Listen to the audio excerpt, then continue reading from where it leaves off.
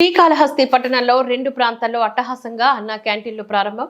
నేడు పవిత్ర శ్రీకాళహస్తి పుణ్యక్షేత్రం నందు 2 ప్రాంతాల్లో జరిగిన అన్నా క్యాంటీన్ల ప్రారంభోత్సవ కార్యక్రమంలో నియోజకవర్గ ఎమ్మెల్యే సోదరులు శ్రీ బొజ్జల సుధీర్ రెడ్డి గారితో కలిసి పాల్గొన్నారు.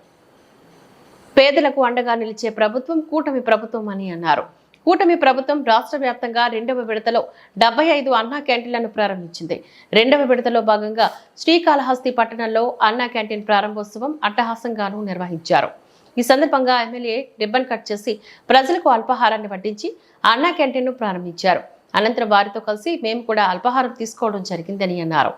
కూటమి ప్రభుత్వం ఇచ్చిన మాట ప్రకారమే అధికారంలోకి వచ్చిన తర్వాత మొదటి విడతలో 100, 2వ విడతలో 75 అన్నా క్యాంటీన్లు ప్రారంభించారు.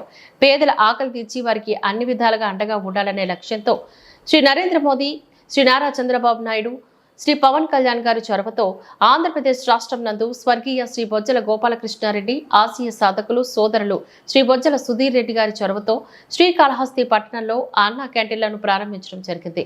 పూటకు కేవలం 5 రూపాయలకే పేదల కడుపు నింపే అన్నా క్యాంటీన్ల ప్రారంభంతో శ్రీకాళహస్తి ప్రజలు ఆనందాన్ని వ్యక్తం చేస్తున్నారు.